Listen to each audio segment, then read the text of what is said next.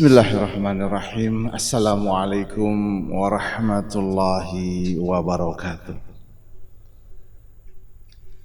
Alhamdulillahi rabbil alamin. Wabihi nasta'inu ala umuri dunya waddin. Wassalatu wassalamu ala ashrafil anbiya wal mursalin wa ala alihi wa sahbihi ajma'in. Ayuhal ahbab, usikum wa nafsi bitaqwallah wa ta'atihi la'allakum tuflihun. Allahumma la ilma lana illa ma'allamtana innaka antal alimul hakim. Rabbana hab lana min ladunka rahmatan wa hayyi' lana min amrina rasyada. Rabbana la tuzigh qulubana ba'da idh hadaitana wa hab lana min ladunka rahmah innaka antal wahhab. Rabbana taqabbal minna innaka antas samiul alim wa tub alaina innaka antat tawwabur rahim. Wa ba'd. Jamaah salat subuh yang saya muliakan, pertama dan utama tentunya senantiasa kita panjatkan puja dan puji syukur kita pada Allah Subhanahu wa taala. Dengan izinnya lah pada pagi hari ini kita masih mendapatkan sebuah kesempatan untuk salat subuh berjamaah, sebuah amal yang luar biasa yang Dia Subhanahu wa taala sampaikan kepada kita bahwa bagi mereka yang salat subuh itu sudah mendapatkan fi dzimmatillah, di dalam jaminan Allah Subhanahu wa taala. Salawat beriring salam pada baginda Nabi besar Muhammad sallallahu alaihi wasallam. Juga pada kesempatan pagi hari ini kita merasakan sebuah nikmat yang luar biasa, yaitu menikmati hidangannya, menikmati hidangan yang Allah Subhanahu wa taala berikan. Karena Rasulullah sallallahu alaihi wasallam juga bersabda, "Idza ra'aitum rajulan ya'taduna ilal masjid fashhadu bil iman." Jika kalian melihat seorang itu rajin ke masjid, saksikanlah dia itu orang yang beriman. Ya, mudah-mudahan ini juga sebagai bagian dari persaksian Nabi Muhammad sallallahu alaihi wasallam pada kita semua sebagai hamba-hambanya yang beriman. Sahabat yang dimuliakan Allah Subhanahu wa taala, satu tema yang sederhana sebenarnya pada pagi hari ini, yaitu kenapa kita perlu mengulang kaji. Apa permintaan utama kita? Sebenarnya kita hidup ini sekarang maunya apa? Dan kalau kita ingat-ingat, permintaan yang paling sering kita minta kepada Allah itu apa? Kadang-kala pertanyaan ini sederhana, tapi permintaan yang paling sering kita sebut kita lupa. Apa yang kita paling sering kita minta? Setiap hari nggak pernah lalai kita sebutkan permintaan itu. Paling sering, paling banyak juga. Tapi itu yang paling banyak kita minta, kita lupa. Jadi kita automatically aja minta, tapi rasanya kita nggak minta. Apa itu? Ihdinas siratal mustaqim. Permintaan. Tunjuki kami ya Allah jalanmu yang lurus. Ini setiap hari 17 kali minimal kita minta pada Allah. Tapi setiap kali kita minta itu rasanya kita nggak minta. Nggak pernah kita minta tunjuki jalan yang lurus. Yang kita ingat, kita minta ini, ya Allah, ini saudaraku sakit. Ya Allah, ini aku lagi susah. Ya Allah, ini aku rezeki lagi macet. Padahal itu temporer aja kita mintanya. Yang selalu kita minta ini ihdinas siratal mustaqim. Sahabat yang saya muliakan, ujian mungkin secara fisik yang dialami manusia yang paling berat mungkin di muka bumi ini, rasanya tidak ada yang lebih berat daripada Nabi Ayub. Bayangkan, orang kaya luar biasa, anaknya banyak luar biasa, satu persatu anaknya diambil, satu persatu kekayaannya diambil, hilang semuanya. Kemudian nggak cukup sampai di situ, diberikan penyakit yang tidak bisa disembuhkan saat itu. berbagai macam obat enggak sembuh. Sampai akhirnya penyakitnya ini membuat beliau terusir dari lingkungannya. Karena semuanya khawatir. Hanya didampingi istrinya saja. Ini pun pada akhirnya istrinya juga nggak sanggup. Meninggalkan juga suaminya sendirian di tengah padang, di tengah hutan lah begitu. Tapi apakah Nabi Ayub kemudian minta sembuh? Ada dalam Al-Quran Nabi Ayub minta disembuhkan penyakitnya. Ada di Al-Quran Nabi Ayub minta dikembalikan anak-anaknya. Ada dalam Al-Quran Nabi Ayub minta dikembalikan kekayaannya. Gak ada sama sekali. Nabi Ayub itu cuma minta permintaan yang tidak ada makna permintaan.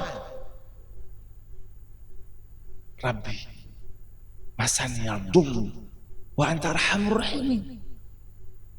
Ya Rabb, kau baru sentuh aku dengan sedikit mudarat. Masani, disentuh, bukan asabani. Coba pilihan kata Nabi Ayub ini luar biasa. Tidak dikatakan Rabbi asabani al-durr, tidak begitu. Ya Rabb, kau timpakan aku ini musibah. Enggak begitu. Kau sentuh aku. Kau sentuh. Kau sentuh aku dengan sedikit mudarat. Dan engkaulah yang maha rahman lagi maha rahim. Engkaulah sebaik-baiknya yang maha pengasih. Wa anta arhamur rahimin.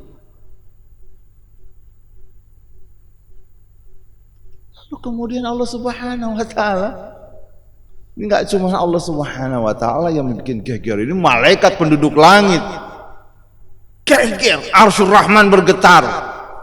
Ini orang kekayaan udah habis, anaknya habis, penyakit yang luar biasa, nggak bisa disembuhkan, nggak minta apa, dia cuma masih memuji Allah. Rabbi masani al-durr wa anta arhamur rahimin. Akhirnya Allah Subhanahu wa taala berikan itu mata air, suruh mandi dengan air tersebut, sembuh. Istrinya balik, walaupun tadinya dia kesal mau dipukul istrinya tuh karena ninggalin dia, ya karena sudah nazar, kata Allah udah ambil rumput tuh, sekedar aja lah. Balik istrinya, bergaul lagi, punya anak, dikembalikan lagi kekayaannya. Sahabat yang saya muliakan, artinya apa? Inilah jalan yang harusnya kita minta.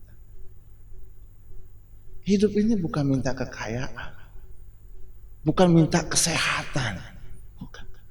Yang kita minta ini jalan kita bener nggak? Dalam setiap kondisi ini posisi kita dalam posisi bener apa enggak? Karena inilah kegelisahan sesungguhnya. Ketika Nabiullah Adam, ayahanda kita, turun ke muka bumi, sampai di bumi blank, nggak tahu mau ngapain. Ada jalan keluar. Fa imma ya'tiyannakum minni huda faman tabi'a hudaya fala khaufun 'alaihim wala hum yahzanun. Jika datang kepada kalian tuh hidayahku, ambil, pakai itu hidayah. Karena siapa saja yang mengikuti hidayah tersebut, dia akan bahagia karena tidak ada ketakutan, tidak ada kesedihan. Yang Allah inginkan kita di muka bumi ini dengan segala macam permasalahan yang ada, jangan panik. Yang diinginkan oleh Nabiullah Adam, gimana caranya bisa balik lagi ke surga? Kan ini yang nggak jelas. Allah kasih tahu kalau mau begitu ini. Ya. Kalau datang hidayah kepadamu, ikuti. Kamu bisa balik lagi ke surga. Kamu bahagia di sini dan kamu nanti bahagia di sana. Kan? Karenanya permintaan yang kemudian, karena Allah janjikan hidup di dunia ini banyak keruwetan, banyak kebingungan, banyak masalah. Tidak ada di dunia ini tidak ada masalah. Kalau nggak ada masalah nanti di surga. Tugas kita di dunia ini menyelesaikan masalah. Bagaimana masalah bisa selesai? Ya Anda tenang. bahagia. Gimana caranya? Ya dapat hidayah. Makanya itu yang selalu kita minta, ihdinas siratal mustaqim, karena kita khawatir ya udah ada hidayah kita nggak ambil. Ini ada firman Allah Subhanahu wa taala di surah Al-A'raf, sa'asrifu an ayati alladhina yatakabbaruna fil ardi bighairil haqq. Ini Allah marah kali sama orang-orang yang tipenya kayak begini diungkapkan, karena dia katakan sa'asrif, aku nggak kasih lagi dia itu hidayah, aku palingkan, setiap ketemu hidayah aku palingkan wajahnya itu. Kenapa? Karena dia sombong, udah tahu susah hidup di dunia, dikasih hidayah nggak mau juga, sombong nih orang nih. Bagaimana bentuk sombongnya? Wa iyaraw kulla ayatin la yu'minu biha. Ketika dia lihat ada hidayah, enggak beriman, enggak yakin itu hidayah, enggak yakin. Wa iyaraw sabilar rusydi la yattakhidhuhu sabila. Ketika dia lihat Allah tunjukkan ini jalan yang benar, enggak diambil itu jalan. Jadi sudah minta ihdinas siratal mustaqim, Allah itu Rahman dan Rahim, dikasih tahu ini jalannya, ini yang benar, enggak juga diambil. Wa iyaraw sabilal ghayy yattakhidhuhu sabila. Justru ketika kemudian dia lihat jalannya menyimpang, justru itu yang diambil. Makanya Allah ya marah sama dia. Dzalika bi annahum kadzdzabu bi ayatina wa kanu anha ghafilin. Yang demikian itu karena dia mendustai ayat-ayatku. Kenapa dia mendustai? Karena dia banyak lalainya. Banyak lalai. Bermula dari lalai, kemudian kita mulai mendusta karena menikmati kelalaian itu. Hati-hati, lalai dengan kesedihan yang berkepanjangan, lalai dengan kegembiraan yang berkepanjangan. Ya. Ada kan seorang wanita yang sedang nangis di pusara suaminya itu. Lalai, dia asik, dia menikmati kesedihannya. Rasulullah sallallahu alaihi wasallam lewat. Kata Nabi sallallahu alaihi wasallam, "Isbiri, sabar." Ini wanita saking asiknya nangis, enggak ngelihat lagi siapa yang ngasih nasihat. Justru dia bilang, "Ilaika anni." Pergi kau dari sini. Kamu enggak tahu gimana rasanya kesedihan ini. Malah dimarahin yang ngasih nasihat. Kemudian ada yang ngasih tahu, tadi yang ngasih nasihat itu Rasulullah. Panik, dia datang kepada Nabi sallallahu alaihi wasallam minta maaf, tadi saya enggak tahu ya Rasulullah. Sekarang saya siap, saya sabar ya Rasulullah. Ya, keluarlah hadis itu. Innamas sabru fi sudmatil ula. Sekarang bukan namanya sabar lagi. Udah dinasihatin enggak mau dengar. Sekarang aku sabar, bukan sabar. Sabar itu pada saat sentuhan yang pertama, benturan yang pertama, gimana refleks kamu? Di situ namanya sabar. Kalau udah berikutnya namanya udah biasa susah, bukan sabar lagi. Ya. Nah, setiap benturan-benturan itu, disitulah ada nilai-nilai hidayah, disitulah ada nilai-nilai kebenaran. Bagaimana kita mensikapinya? Sahabat yang dimuliakan Allah, mudah-mudahan dalam kesempatan pagi hari ini kita makin menikmati dan berusaha meresapi kembali permintaan rutin kita yang tidak pernah bosan-bosan. Selalu kita ungkapkan, tapi kadang kita lalai kita dalam permintaan itu, sehingga naudzubillah kalau kemudian kita jadi mendustai ayat-ayatnya karena terlalu banyak isyarat-isyarat, terlalu banyak ayat-ayat di depan mata kita yang harusnya kita ikuti, kita nafikan. Jangan sampai kemudian Allah palingkan, berikutnya kita nggak pernah melihat ayat-ayatnya lagi. Nastaghfiruh, hadanallahu wa iyyakum ajmain, billahi taufiq wal hidayah. Assalamualaikum warahmatullahi wabarakatuh.